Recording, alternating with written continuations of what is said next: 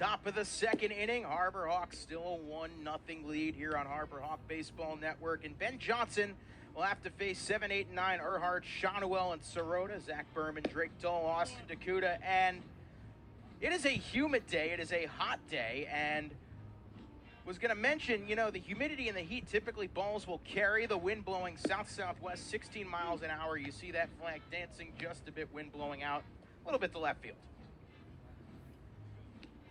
Drew Earhart set to lead things off here in the top of the second inning. And out of Tampa, University of Tampa, Drew Earhart has been a nice late jolt to this Harbor Hawk lineup. Yo Tango Me Gusta Drew Earhart. That guy, Earhart, in this last week, has a 545 OBP and a batting average of 412. That is good. He's come in, essentially, I don't believe he played this summer previously. I think he just came in kind of off the couch into the lineup, and he's been great. First pitch, righty. Johnson deals. Earhart takes low and away, ball one. Earhart out of, I'm going to try and get this one right, Thano Tosassa, Florida. No, that's the new catcher. I think you're thinking of George Athanasiadis. 1-0, pitch taken inside corner, called strike one from Sparky Burns. And Really they count good 1-1. I like that pitch a lot from Ben Johnson. If he can locate that and continue to drop that in right there, he'll be in business today. 1-1 pitch, and it's spiked from Johnson. Count 2-1. That's not that. No, it's not the same pitch. For Earhart in 24 games, or 24 at bats, 7 games, he's got 2 hits, an average of 292, 2 RBIs. His walk and strikeout numbers equal, 7 apiece. And that's been really Drew Earhart's biggest contribution to this Harbor Hawk lineup, is the guy just gets on base. 2-1. Earhart up the middle and through for a base hit past the diving glove of Trotter Harlan. And what did I tell you? Drew Earhart gets on base in the Harbor Hawks, the leadoff man, on in the top of the second inning. Somehow, Zach Berman, you said that this guy gets on base a lot, and the jinx did not apply to Drew Earhart. He's standing safe at first base again. The guy's had a great bat. And now you get your 8-hole hitter today, Nolan Shawnuel, who was your Fringe Team USA. Fringe Team USA guy, and now he's standing at the plate right here. If you get, again, he was the key the other day. I said it. If you get him going to the playoffs, that's it. That's how you unlock the offense. He had the 200 average on the year, and you look at that, okay, that's not impressive. The Mendoza line. Right at the Mendoza line. His plate discipline was second to none. I mean, the walks and strikeouts were terrific all season long, and he's somebody that, right as he got hot, had that 10-day absence. Right. And then all of a sudden, it just didn't pick back up. So now we'll see if he can get in a groove here in the postseason. Well, he does bat particularly better against right-handed pitching, so we'll see what he gets. First pitch away, ball one. Like you mentioned, the strikeout walk numbers, even 24 strikeouts to 24 walks, 1 homer, 11 RBIs in 36 games. Out of Boynton Beach, Florida, one of 2 FAU guys on this lineup. Drew Earhart off of first. The 1-0 pitch. Shawnuel takes a fastball 89, called strike one. Yeah, you know, I'm trying to look through the scouting reports here to find Ben Johnson. There are just a ton of Johnsons in the Kettleer roster Only right 2 here. now. Johnson it's a big Johnson. 6'3", 175 too. This guy coming from that arm slot right there. 89 can be deceiving on that fastball. Again, he struggled with the control though. 1-1 pitch. Shawnuel takes just a little bit low. Where'd that miss? Looked like the same pitch that was thrown on. The previous one that was called a strike. Now Shawnuel in a hitter's count here has a chance to get a pitch that he likes inside on the plate. If he can get something he can turn on, that could be dangerous. 2 balls, 1 strike, nobody out. Drew Earhart, not the biggest steal threat, but he can run if need be off of first. Righty-lefty, there goes Earhart. The pitch taken, strike 2 to the throw to second. Not in time, gets into center field. Earhart will go to third. He's going to test the arm of Bradfield and dive in safely, and that ball almost gets away as well. Whoa, when I tell you this, Enrique Bradfield Jr., look, credit to Drew Earhart, but Enrique Bradfield Jr., one of the better young players in this league, but his arm is just not there yet. Yeah. He hasn't developed into a major league caliber prospect that I like until that arm develops, and that's why Drew Earhart, he knew the strength of Enrique Bradfield's arm in center field, and it is not great. Took advantage of it right there, easily into third base, 90 feet away, nobody out. Please don't squander it. That is a heads-up baseball play, Absolutely. recognizing who your center fielder is and that the lack of arm strength is there to take the extra 90 feet. You don't do that on Andrew Pinckney, and he would have known that. 2-2 pitch. Shawnuel fouls it away. We stay 2-2. But something that Kevin Ohm, I interviewed him a couple days ago, mentioned about Drew Earhart is his baseball IQ is off the chains, and that's something without even thinking he knew go to third. 2 balls, 2 strikes, nobody out. The Harbor Hawks already a runner 90 feet away from making it 2-zip. Righty-lefty, the 2-2. Shawnuel takes low and away. Count will go full. That is impeccable plate discipline. Impeccable. That is a breaking ball that's sitting at the knees and drops off the table so late, and Nolan Shawnuel read it the whole way. That is great. 3 balls, 2 strikes, nobody out. Top of the second inning. The pitch away. Shawnuel, high fly ball, deep right. Pearson back. He's watching. It's headed for the trees and gone. Nolan Shawnuel hits it out of the yard, and the Hawks take a 3-0 lead. 3-2 count.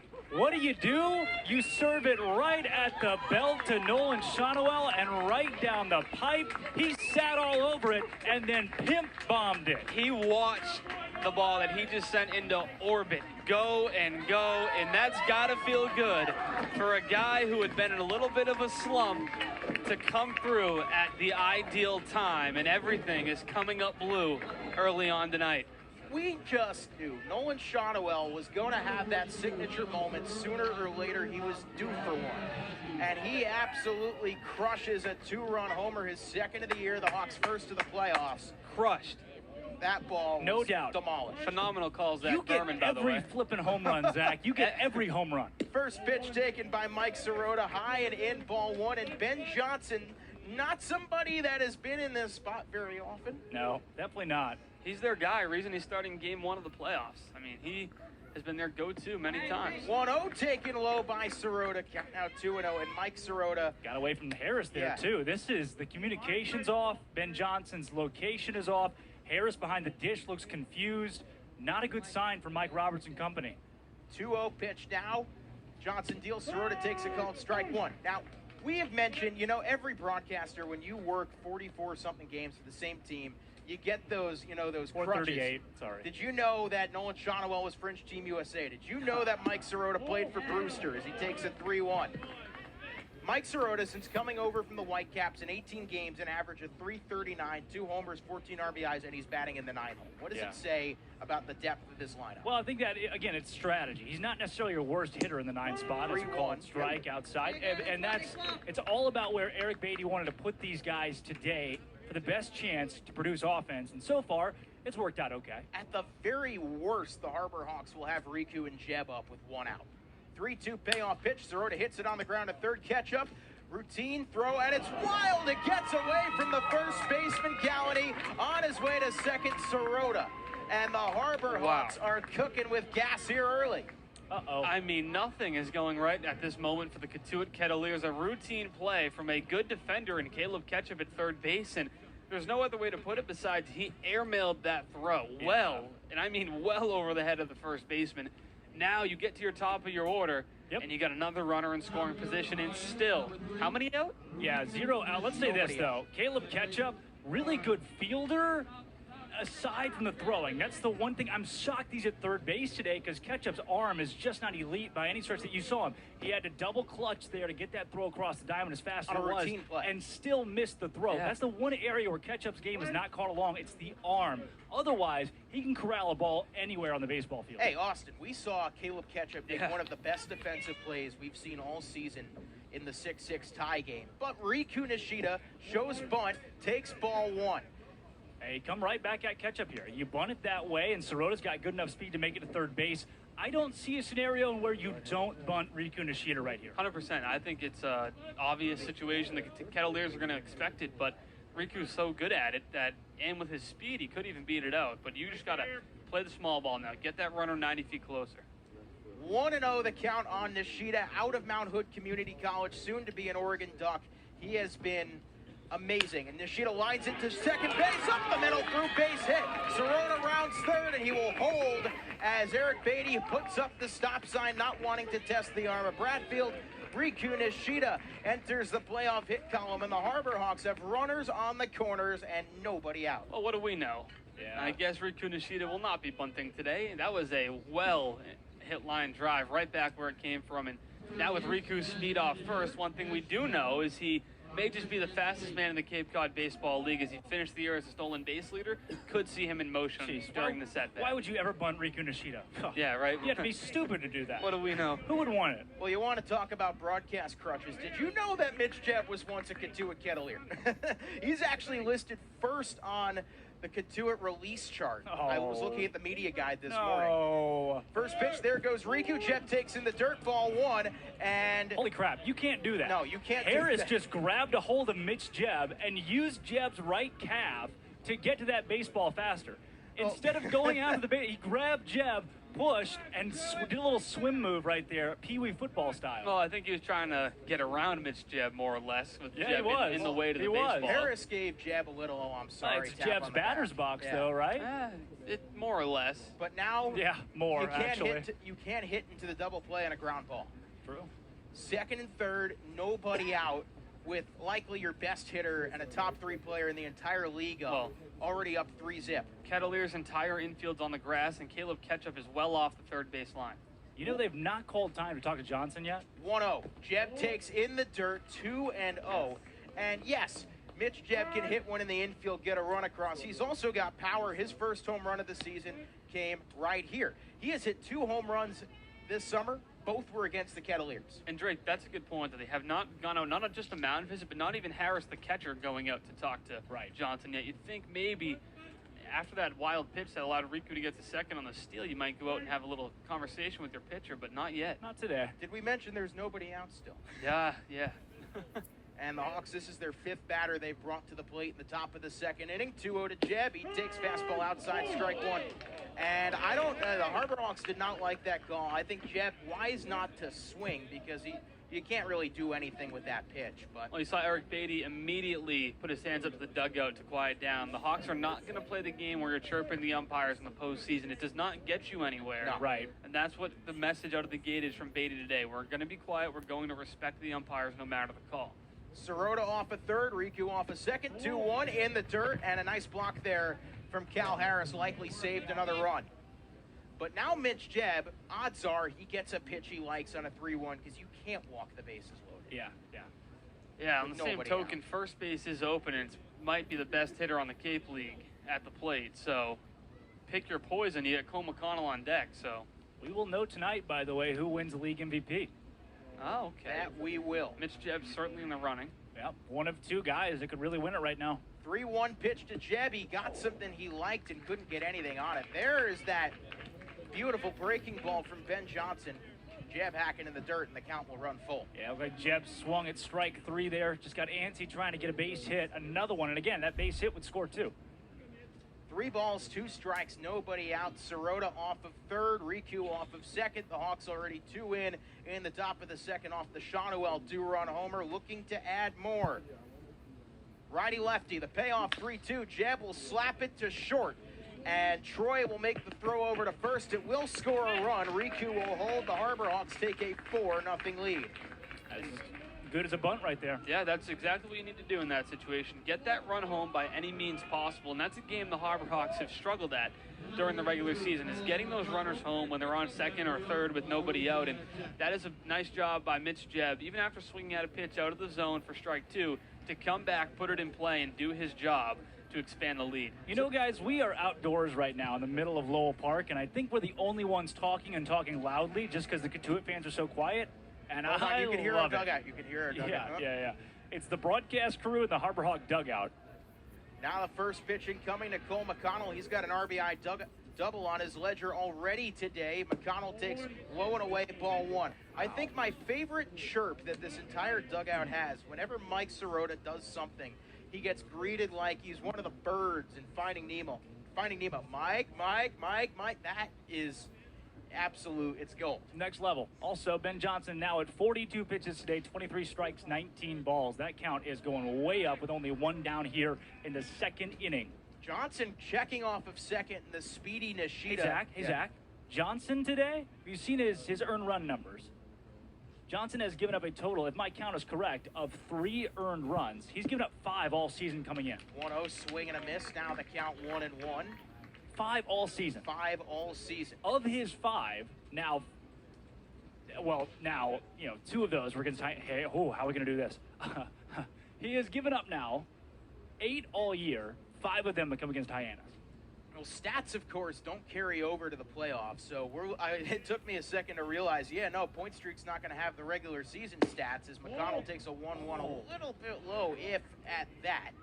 The count now 2-1. With 1 out, do you consider stealing Riku here? He's got 28 stolen bags. The pitcher and the catcher aren't necessarily in sync. And as well as Hyannis is hitting the ball right now, Riku scores if Cole McConnell gets a hit here, and Cole's been fine. So if Cole gets out, then I'd probably consider it. 2-1 pitch to McConnell. Johnson deal swung on and missed. Now the count 2-2. The reason I say that. Well, I was going to add, I think with Cole McConnell left-handed hitter up, it gives Harris much of a clearer look at third base. So great call. I think you wait till Pancho Ruiz comes up to the plate, the right-handed hitter. Yep. You put Rico on third and give him a chance to come home on a pass ball. But with McConnell the lefty up, it gives Harris too much of a clear look at third base. 2 balls, 2 strikes, 1 out, 4-0. Hawks have the lead. Johnson checks off second, deals McConnell, takes outside. 3-2. And if Johnson walks McConnell here, again, they have yet to make a mound visit to talk to Ben Johnson. If he walks McConnell, you've got to at least make the visit, and there is action in the bullpen for Cotuit. They've got to be close. Well, we're seeing some tossing, some like pitching and catching, but no real warming up. Yeah, that guy's on the mound from the stretch. Well, yeah, he just stepped off. You're right. So now nothing. And now time is called, and finally Harris will roll out. This isn't the visit to calm down the pitcher. This is, hey, I don't know what pitch you want to throw here. Yeah. That was a quick 2-second visit, not the one that. Not a conference. Okay. It was just what was it? Sparky Burns. A small meeting? What are we going to call that now? Yeah. A check-in. A chat. Not a conference by any means whatsoever.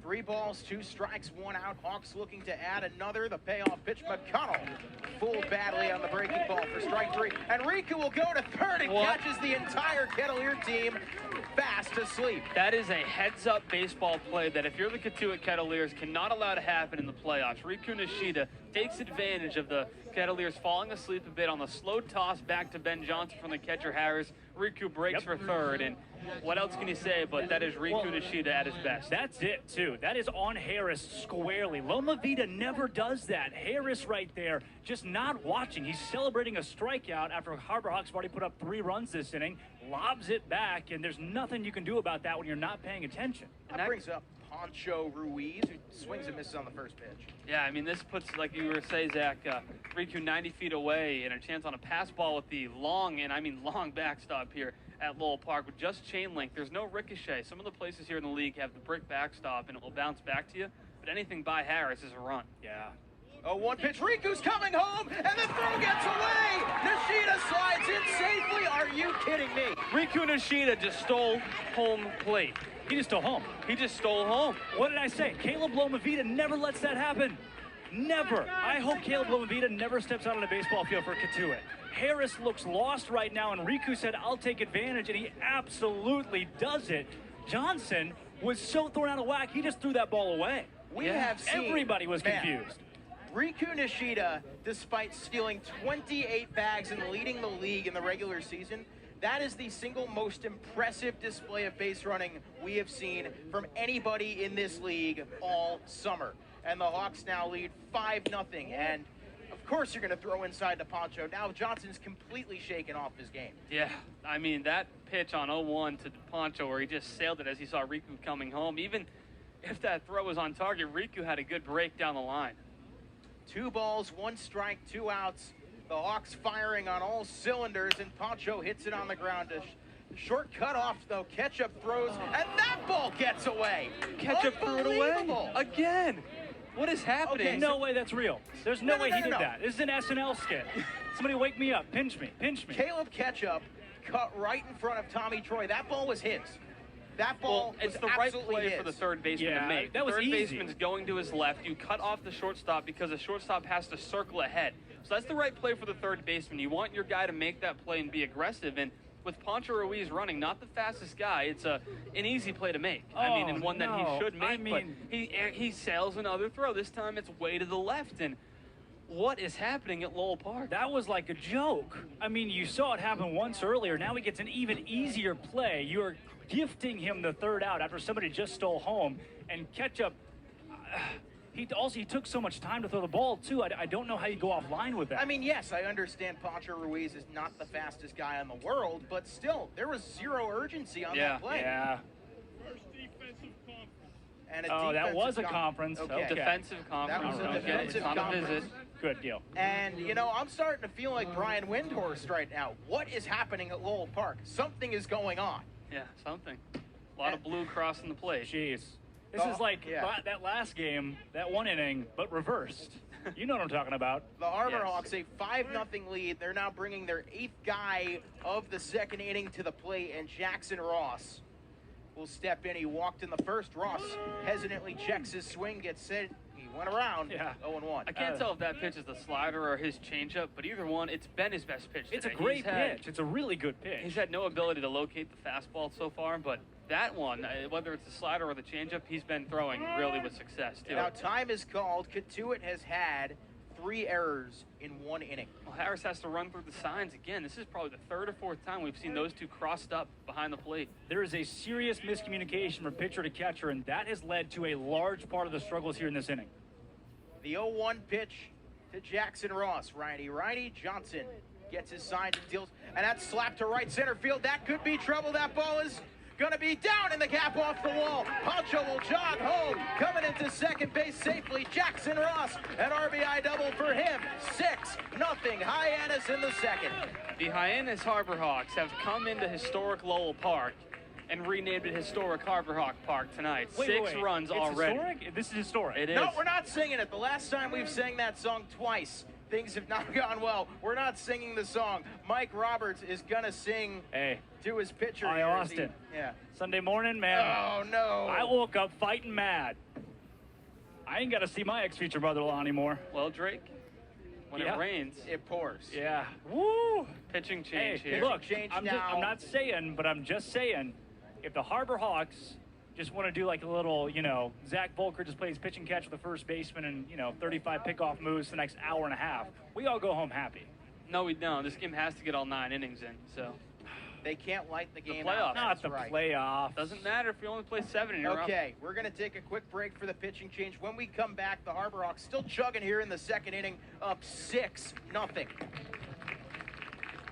Welcome back to Lowell Park. Zach Berman, Austin Dakuda, Drake Toll, and I got to tell you, I did not see this one coming. I don't know if anybody in the ballpark did, but the Harbor Hawks, after 1 2/3, have knocked Ben Johnson out of the ball game. They lead 6-0, and Carson Swilling will come in likely much sooner than he expected to. Yeah, I mean, the only visit Mike Roberts made to Ben Johnson was to tell him his day was done. And after 6 hits, 6 runs, and 3 Katuitt errors, the Harbor Hawks are still in business here in the bottom of the second inning with a man in scoring position. And it's been every guy 1 through 9 so far today that's pitched in. Well, you see a called strike to Dom Patelli. Have gone back and found that home run call and the Manning cam, the reaction, everything. Amazing. Wow. Amazing. Wow. Nolan Shonowell just silenced every Katuitt fan within a million-mile radius. Well, Carson Swilling out of Auburn, the newest arm. The 0-1 ripped right field, foul down the line. Count 0-2. Swilling, the numbers are not great. In 12.1 innings pitched. Oh, Zach, tell us how you really feel. An ERA of 8.02, 10 walks to 12 hits, only 6 strikeouts. That was a good way of putting it nicely, Zach, too. Yeah. Jeez. He's given up at least an earned run in every game except for 1. Oh.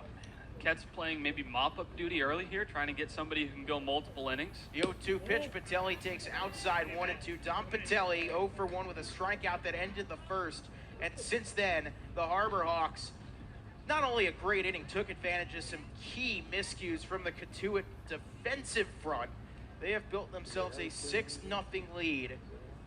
Righty-lefty, the 1-2 pitch to Patelli. He swings and misses for strike 3, but what an inning it was. The Harbor Hawks sent 9 guys to the plate, 4 hits. They bring home 5. They lead 1 on board after only an inning and a half. Hyannis a 6-0 lead on Harbor Hawk Baseball Network. We saw in game 2, I believe. Yeah, this is definitely Holland Downs. Yeah, 100%. Jackson Emus also wears the knee-high socks. Yes. So. Wait a second, this might be Emus. Emus doesn't wear the rec specs either. Same hair. John Peck at the plate. First pitch, Peck takes fastball high, 1-0. 4-3 our score. Hyannis out hitting Bourne 6-5. Right now the difference, you can either say it was the wild pitch or the play at the plate that got Drew Earhart down. Yeah. That wild pitch was really tough. That little blip there in the third inning. 1-0. Emus. Oh my goodness. Very nice. There you go. Very nice. Towns deals home. High fly ball, center field. McConnell back, way back at ball. Ground rule double. That's a ground rule double. And that's big because that keeps the runners from scoring. It's always tough to judge with that wall. That is a ground rule double with the bouncy balls in the short fence. But now Holland Towns has gotten himself into a tough spot here. Second and third, nobody out, but you take that over the homer, and the ground rule double is huge because for the moment it holds the runner up. Catcher number 31. So Pancho and Kevin Ohm will go Espinal. and talk to Alan Espinal. It is a double for John Peck. Yeah, Alan Espinal will be up next. They're going to talk to Holland Towns on the mound. So how do you attack this situation? You have to get Espinal out without bringing home that run. I think you get Espinal out. You think about giving Eblin first base and put the double play in order for Matt Corvette. But that puts the entire game right there. Well, it's still right here with second and third and no out. So. But yeah, you definitely have to attack Espinal. If Horvath does something, then that puts up Matt Shaw with a chance to possibly put this game in the coffin. Yeah, or you just leave. You want to face Bryce Eblin with second and third, first base open. The guy's torched the Hawks. I would not. But this is, it's a sticky situation, and Holland Towns definitely has the stuff to work out of it. So, Alan Espinal, who is offensive timeout there and a third mound visit of the night for the Hawks. Espinal 0 for 2. Out of Vanderbilt, has done a good job catching today. And he's got a chance to really distance his team from the Hyannis Harbor Hawks, who pretty desperately, I'd say, with only 6 outs to go, need to keep this game in check. I think it'd be a real killer to have a pass ball here. Towns deals the first one to Espinal, and Pancho just saved the pass ball. Yeah. I say let's, you say go. They're doing it again. There it is. This is my favorite chant in baseball. I say let's, you say go. Really gets the boys going. What does it mean? Yeah. Don't know, but it's provocative. Second and third, nobody out. 4-3 our score for the moment. Enos reached on an E5, and then it was a ground rule double from John Peck. Yeah, infield's in for the Hawks here. They're going to try to pitch to contact to Espinal. 1-0. Righty. Towns deals. Breaking ball, called strike one. Such a good pitch by Holland Towns. It just drops in, starts at your letters, ends up at your really mid-thigh, even lower. It just has so much dip to it. 1 ball, 1 strike, nobody out. Espinal stepping out of the box, dusts himself off, now will come back in. Big insurance run 90 feet away for Bourne and Ryan Enos. John Peck standing off a second. The 1-1, righty. Towns deals breaking ball. It's hit on the ground to third. Earhart will go home, and he's got the runner hung up. He's got the runner in a pickle. Now the runner will go for third. There's no play, so you replace second and third with nobody out for second and third with 1 out. Yeah, it's as good as a strikeout. That's effectively what that was, and a great throw. A risky play there for Earhart to come home, because if you miss the throw, that is just disastrous, but a great decision, impeccable throw, and the pickle was played so well, they were able to get the out at third base. So run doesn't come home, you still have second and third, and in this scenario, as Pancho and Riku come to talk to Holland Towns, I think you've got to put Eblin on first base. That's certainly something you consider. Here's something Eblin tonight, so far for Bourne, is 1 for 2. Also has a walk in the playoffs. He's batting .545. Behind him, Horvath, 167. Matt Shaw, .077, their batting averages. I go with the old unintentional, intentional walks. I don't know. You don't have to, though. See if he bites on one of them. Oh, are they going to intentionally walk him or not? No, they're not. At least not out of the gate. I see what he goes in the first 2 pitches. If you go behind 2-0 on the count, you just give him the base. It's very risky because this guy's hitting everything thrown his way right now. I mean, Matt Shaw's not. I mean, I know he won all the accolades in the regular season, but I think they're going to think this through. And they are going to intentionally walk him. That's in the regular season. We predicted that. You don't do it in the regular season, but here you have to. That is a great call by Eric Beatty. Even if it comes back to bite, look, if Horvath hits a home run right here, I don't care. That's still the right call to put Eblin on first base. I don't want to be the guy, but I told you so. That's how it was going to play out. I mean, you can't possibly pitch to the left-hander Bryce Eblin in that spot. Now you face Horvath, and then Shaw's on deck. Righty. You look at the numbers. Horvath 167 this playoffs. Matt Shaw 077. So you have a chance here to face a couple of guys who haven't been making the best contact. Obviously, the regular seasons were really spectacular, but now you got a chance to spin the double play and limit the damage. Bases are loaded. 1 out, bottom of the 7th. Hawks trail 4-3. Towns, first pitch, Horvath. Strike 1 on the breaking ball. I keep going to it right there. You've already seen Bourne's been able to catch up the fastball pretty well. That breaking ball is doing numbers for you. I'd also probably move it a little more inside. That pitch, because it was the first pitch of the at-bat, I don't think Horvath was going to swing no matter what. But if you give it to him there again, you're risking a little bloop single into right field. Bases are juiced. 0-1.